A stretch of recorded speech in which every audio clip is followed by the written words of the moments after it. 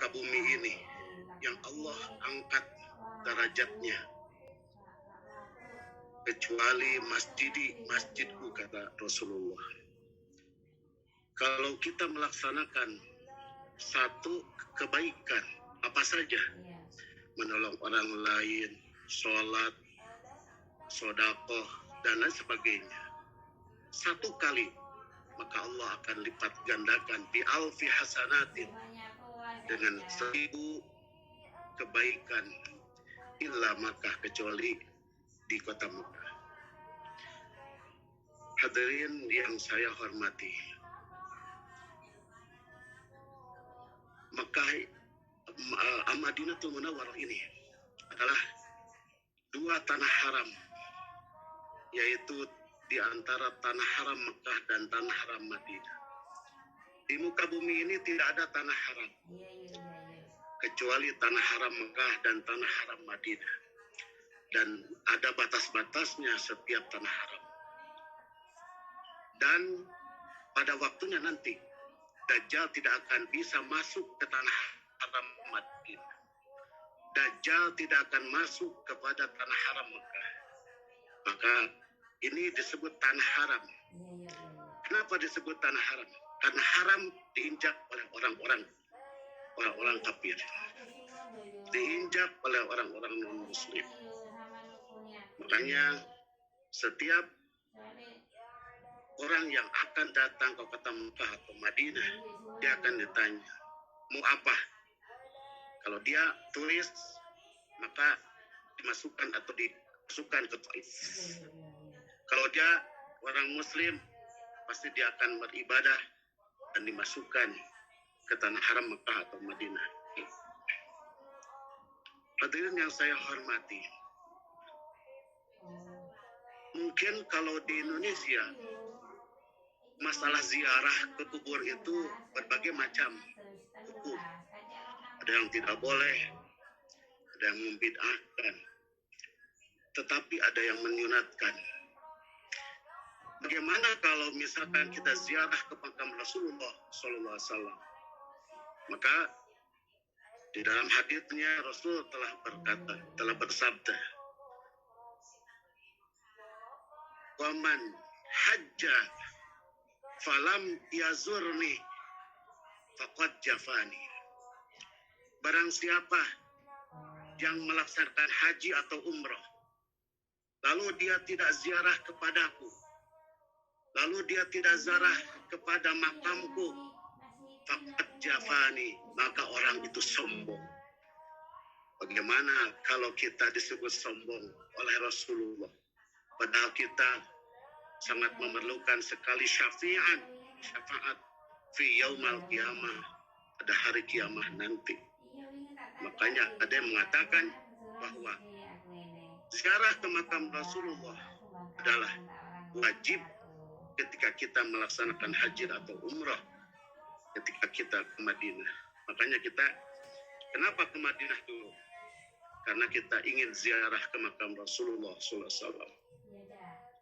Apalagi nikmat yang paling besar itu adalah selain daripada iman dan Islam, nahmadahu jalla alal in'ami binikmatil imani wal Islam man khussana bi khairi man qad ursila wa khairu man jama'ahu.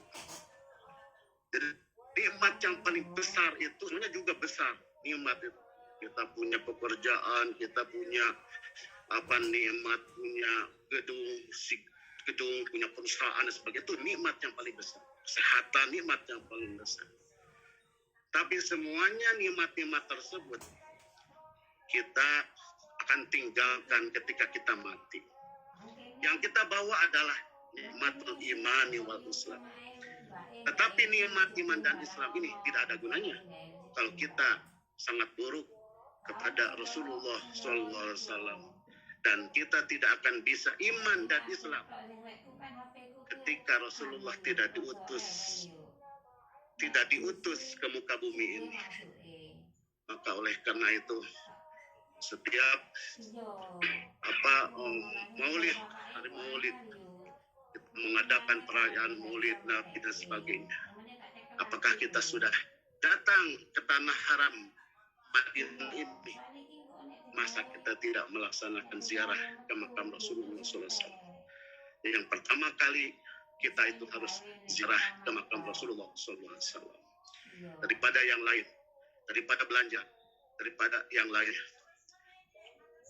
Yang kedua, banyak sekali di sini tempat-tempat ziarah.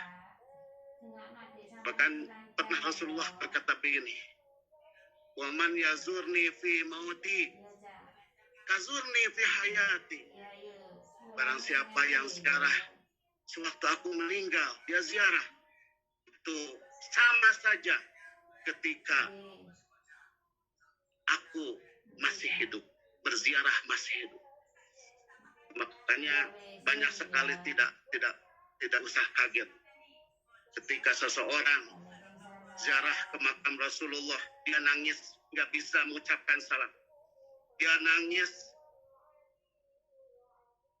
ya tidak bisa mengucapkan apa-apa. Kenapa? Perasaan dia bahwa Rasul di hadapannya. Jadi para bapak sekalian atau ibu sekalian, yang paling utama itu adalah kita melaksanakan ziarah ke makam Rasulullah. Yang kedua, kita berdoa karena asal Rasulullah, tapak-tapak Rasul, jejak-jejak Rasul itu adalah mulia. Seperti halnya Rasulullah, apa yang disebut Raudhah. Raudhah itu adalah ma baina baiti wa min bari. Raudhatun min riyadil jannah. Antara rumahku, yaitu makam Rasul, makam itu adalah rumah Siti Aisyah. Antara rumahku dengan mimbarku, Raudhatun min riyadil jannah, itu adalah jannah, adalah kebunan atau perkebunan dari surga. Nah, kita harus bisa kita berdoa di sana. Kalaupun misalkan kita sakit dan sebagainya, kita berdoa saja. Sama, ini juga tanah haram Madinah. Tidak usah memaksakan diri, tidak usah bersedih. Kita doa kepada Allah. Asal di tanah haram Madinah, tidak akan sama tanah haram Madinah dengan tanah air kita, tidak akan sama. Misalkan mungkin bagi ibu-ibu tidak akan bisa ziarah ke makam Rasul, cukup saja di pelatarannya dan membaca Assalamu alayka ya Rasulullah, Assalamu alayka ya Habiballah, Assalamu alayka ya Safatallah. Dan juga sahabat-sahabat Rasulullah yang ada di Masjid Nabawi, yaitu makam Sayyidina Abu Bakar Siddiq sebagai mertua Rasulullah, juga Sayyidina Umar bin Khattab sebagai mertua Rasul, juga di Baqi Sayyidina Utsman bin Affan sebagai menantu Rasul, dan juga Siti Fatimah ada di Baqi, Siti Aisyah ada di Baqi. Kita berburuk sangka karena mereka itu walaupun sudah meninggal, tapi mendengarkan apa yang kita ucapkan, apa yang kita katakan kepada beliau-beliau walaupun sudah meninggal. Ma'antum bi asma'ihim walakin la yujibun. Orang yang meninggal itu sama dengan kita. Terutama mungkin kita tidak bisa mendengarkan apa yang dikatakan oleh orang-orang yang sudah meninggal. Terus lagi kita walaupun misalkan dengan waktu yang sedikit sempit, yang sedikit sekali waktunya, melaksanakan jarah-jarah seperti misalkan ke Masjid Quba. Barang siapa yang melaksanakan sholat 2 rakaat di Masjid Quba dan berdoa kepada Allah sebelumnya menyucikan diri, maka ka'ajri umratin, sama dengan pahala melaksanakan umrah ke Baitullah. Jadi di Madinah juga ada ajri umratin, yaitu ketika kita bisa melaksanakan ziarah ke Quba, melaksanakan sholat 2 rakaat di Masjid Quba. Juga ada Masjid Kiblatain, Kiblat 2. Itu. Terus ada lagi syuhada Uhud dalam memperjuangkan agama Islam di Madinah ini tidak ringan, berat sekali. Sahabat-sahabat yang berguguran, sahabat-sahabat di antaranya paman Rasulullah SAW, Sayyidina Hamzah, Asadullah satu Rasulullah. Terus lagi masjid-masjid juga, Masjid Ijabah, Masjid Al-Ghamamah, Masjid Abu Bakar Siddiq, Masjid Sayyidina Umar, Masjid Sayyidina Ali, ya, terus Masjid Abu Dar Al-Ghifari, banyak sekali Masjid Abu Dar Al-Ghifari, Masjid Al-Bukhari, banyak sekali masjid-masjid. Terus Masjid Sab'ah, Masjid 7, itu menandakan bahwa kita pun harus punya tabungan sewaktu kita akan menuju ke akhirat. Karena mereka yang meninggalkan Madinah ini, sahabat-sahabat, dia meninggalkan masjid Sayyidina Bilal dan sebagainya, banyak masjid-masjid, Masjid Khalid bin Walid dan lain sebagainya, banyak sekali. Karena apa janji dalam hadis dikatakan, man bana masjidan lillah banallahu baitan bil jannah. Dan siapa yang membangun masjid karena Allah, maka spontan Allah akan membangun gedung yang begitu megahnya fil jannah, nanti di surga. Mungkin itulah untuk sekedar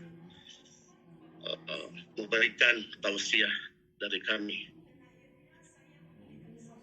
Mudah-mudahan Bapak Ibu sekalian dapat mengambil intisari atau arti dalam kita melaksanakan ibadah umrah ini, terutama di Madinatul Munawwarah ini. Yang paling besar itu adalah ziarah-ziarah, terutama ziarah ke makam Rasulullah Sallallahu Alaihi Wasallam. Kita di Indonesia cuma bisa membaca sholawat, tapi datanglah ke makamnya. Apakah kita bisa membaca sholawat di hadapan Rasulullah Sallallahu Alaihi Wasallam? Terima kasih atas perhatiannya. Wallahul muwaffiq ila aqwamit thoriq wa aqu minkum. Wassalamualaikum warahmatullahi wabarakatuh.